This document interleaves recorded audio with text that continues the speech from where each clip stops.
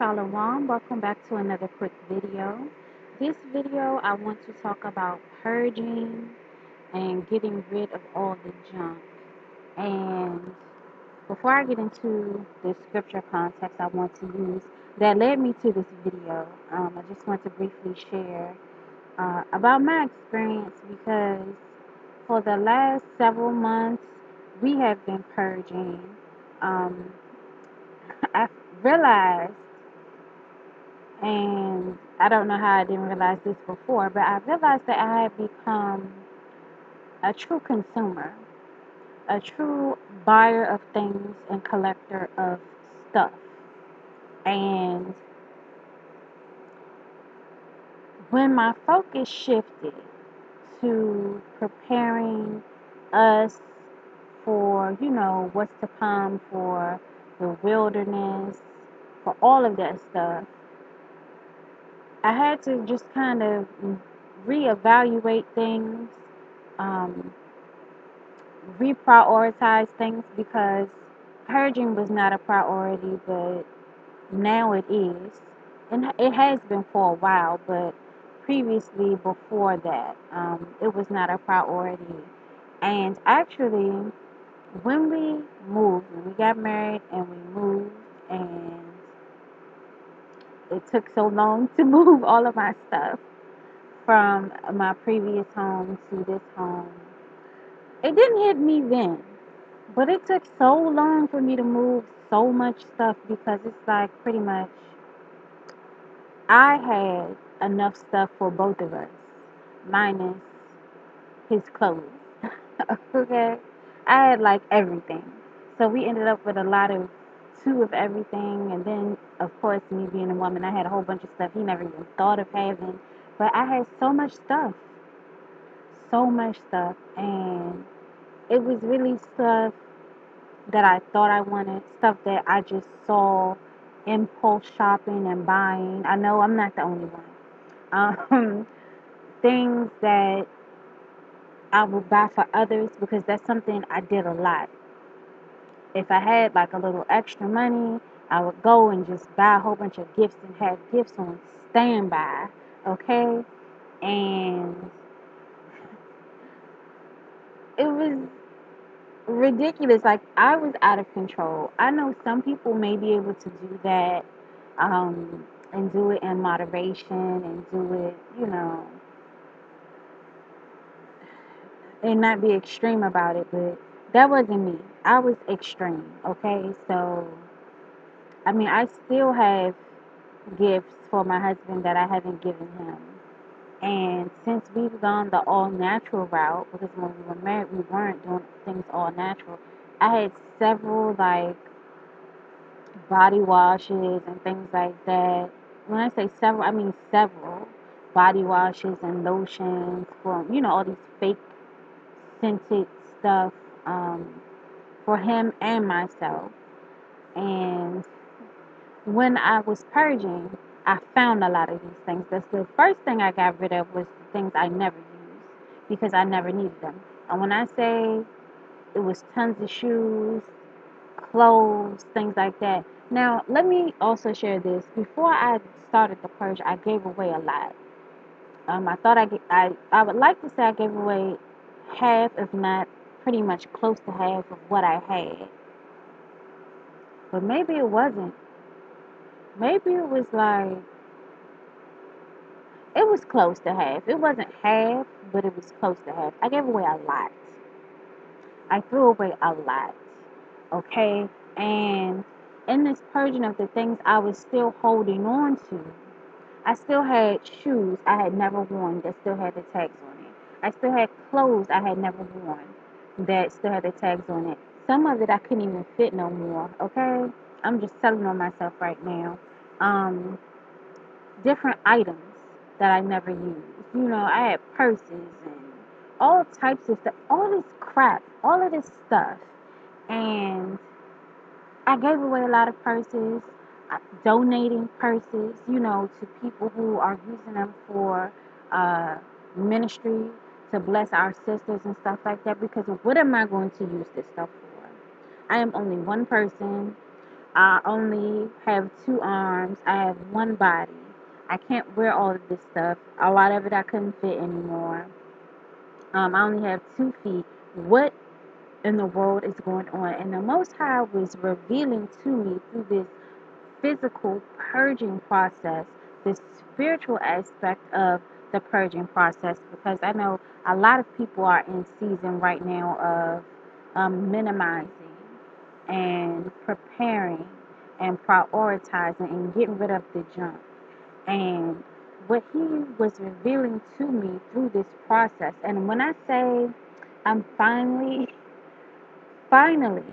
at a place where I'm glad that I got to this point. I still am going to do another purge, one more, or yeah, I think I only have enough for one more purge, and that'll just be the little stuff I was still kind of clinging on to. I'm not sure if I'm going to use this or give this away or whatever, but I finally got to the place, and the Most High revealed to me that first of all, having all of this stuff is entanglement. It's a spirit of bondage. Okay. When I did that first part of the purge, and I think I just finished, I don't want to misspeak. I think I just finished the second or third part. Let's just say the second part because the last part will be the third part, the final part, and it will be finished. It will be complete. But when I finished that first part of the purge, I felt lighter.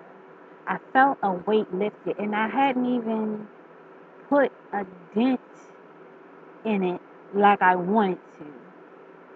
But there was just so much to get rid of, you know, and I felt freer. I felt lighter because a lot of that stuff, and I'm going to get into the scripture in just a moment, but a lot of that stuff was less of the eye stuff. It's just something I saw and I wanted, but I didn't need. I was being wasteful. I was being, how can I phrase this? I was indulging in instant self gratification. I would use shopping as an emotional crutch or tool instead of dealing internally with what I needed to deal with, um, and unpacking whatever issue that was and carrying on without any baggage. But I had literal baggage from before I was even married. And as I'm unpacking this stuff and throwing it out and throwing it away, it has spiritual connotations as well as physical connotations. And it's just incredible how my spirit was lifted and changed and how I was transformed just by getting rid of some of that stuff. Um, when you look at pictures and things that remind you of the past that you're just over, and you get rid of that stuff and you're like, okay, that's gone. Um, I would used to consider myself sentimental, and that's why I held on to so much stuff. I mean, I would keep everything. Okay, it was like the OCD version of hoarders, where it wasn't like keep every single thing, but keep enough things and have it compiled away and stashed away and put away neatly out of sight, but you still have it, so you're holding on to it, whatever. Okay, I'm talking about movie tickets from the first time we went to the movies, receipts from the first time we went to dinner. Like, what is that? That's some Babylon mess. We don't have no business holding on to that stuff. Like, appreciate those moments, keep them as memories, but move forward. Like, if you're bound to the past, you can't see the future clearly because your eyes are blurred. Okay, they're blurred. Your vision is distorted. Literally, your vision is distorted because you're entangled with worldly things and with the past and with baggage, and you're in bondage and you don't even realize and you don't even know that you're sitting amongst a whole bunch of trash. Okay, let me get into this scripture. I'm going to read First John chapter 2, verse 15 through 17, and it says, "Love not the world, neither the things that are in the world. If any man love the world, the love of the Father is not in him. For all that is in the world, for all that is in the world, the lust of the flesh, the lust of the eyes, and the pride of life is not of the Father, but is of the world.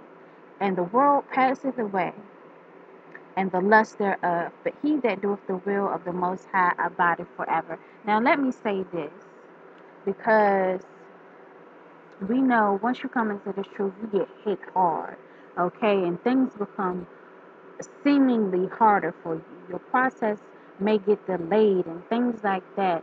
And when I look at how much I invested in nothingness and temporary things and worldly things, things that don't edify, things that are not going to help, things that are not going to sustain, things that are not beneficial. If I would have took that time, that money, the resources that I had and put into these nothing things to build up the kingdom, or just saved for the building of my house,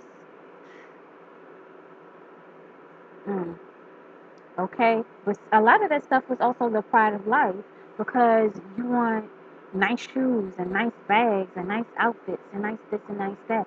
And it's all fine and well if you want to do that in moderation, but you don't need a different outfit for every day of the month, okay? I mean, if that's what you want, that's fine, but that's not what you need, okay? Not, you don't need 30 outfits. And as I'm saying that, I'm kind of like, I'm like, cringing inside, because it took me 33 years to get to this revelation. I mean, I was one of those ones, especially when I was in a Christian church or Pentecostal, non-denominational, apostolic, whatever title. I was in under them all. Didn't do the Baptist or the Seventh Day Adventist, but those ones I mentioned, I was in it. I was the type of person where I would wear shoes once a year. Okay, I had shoes that I would bring out once a year to wear on a Sunday. Okay, so just imagine stuff like that, like compiled just crap, just junk stuff. And these are the types of things I would not even dare wear now. I have no business at all wearing any of that stuff, which I mean, I don't have it now, but I'm just sharing with you the progression of that situation. And we look at the will of the Father. That had nothing to do with the will of the Father. That was 100% satisfaction of the flesh. It was self gratification. It was, to exude whatever I was exuding. It wasn't of the Most High. It was definitely a self thing, a self centered thing, a pride thing, a boastful thing. But all praise to the Most High for deliverance from that stuff. Okay? We have to be considerate of what our heart desires. Okay? What we desire and what we're accumulating around us. Because purging is not just physical, it is spiritual. What type of spirits are we accumulating around us with the company we keep, with the people we associate with the people we are breaking bread with, and the things we're indulging in? Okay? Some of that stuff has to go. It's purge time. This is the season. It's been the season, but I mean, we're well into the season of purging, okay? Physically, spiritually, emotionally. Emotionally, we're going to have to take off, let go, release some of these things we've carried even from childhood, okay? There's damage there. There's hurts there, there's wounds there, there's pain there, um, all kinds of things there, all kinds of bondage that you just have wrapped around you.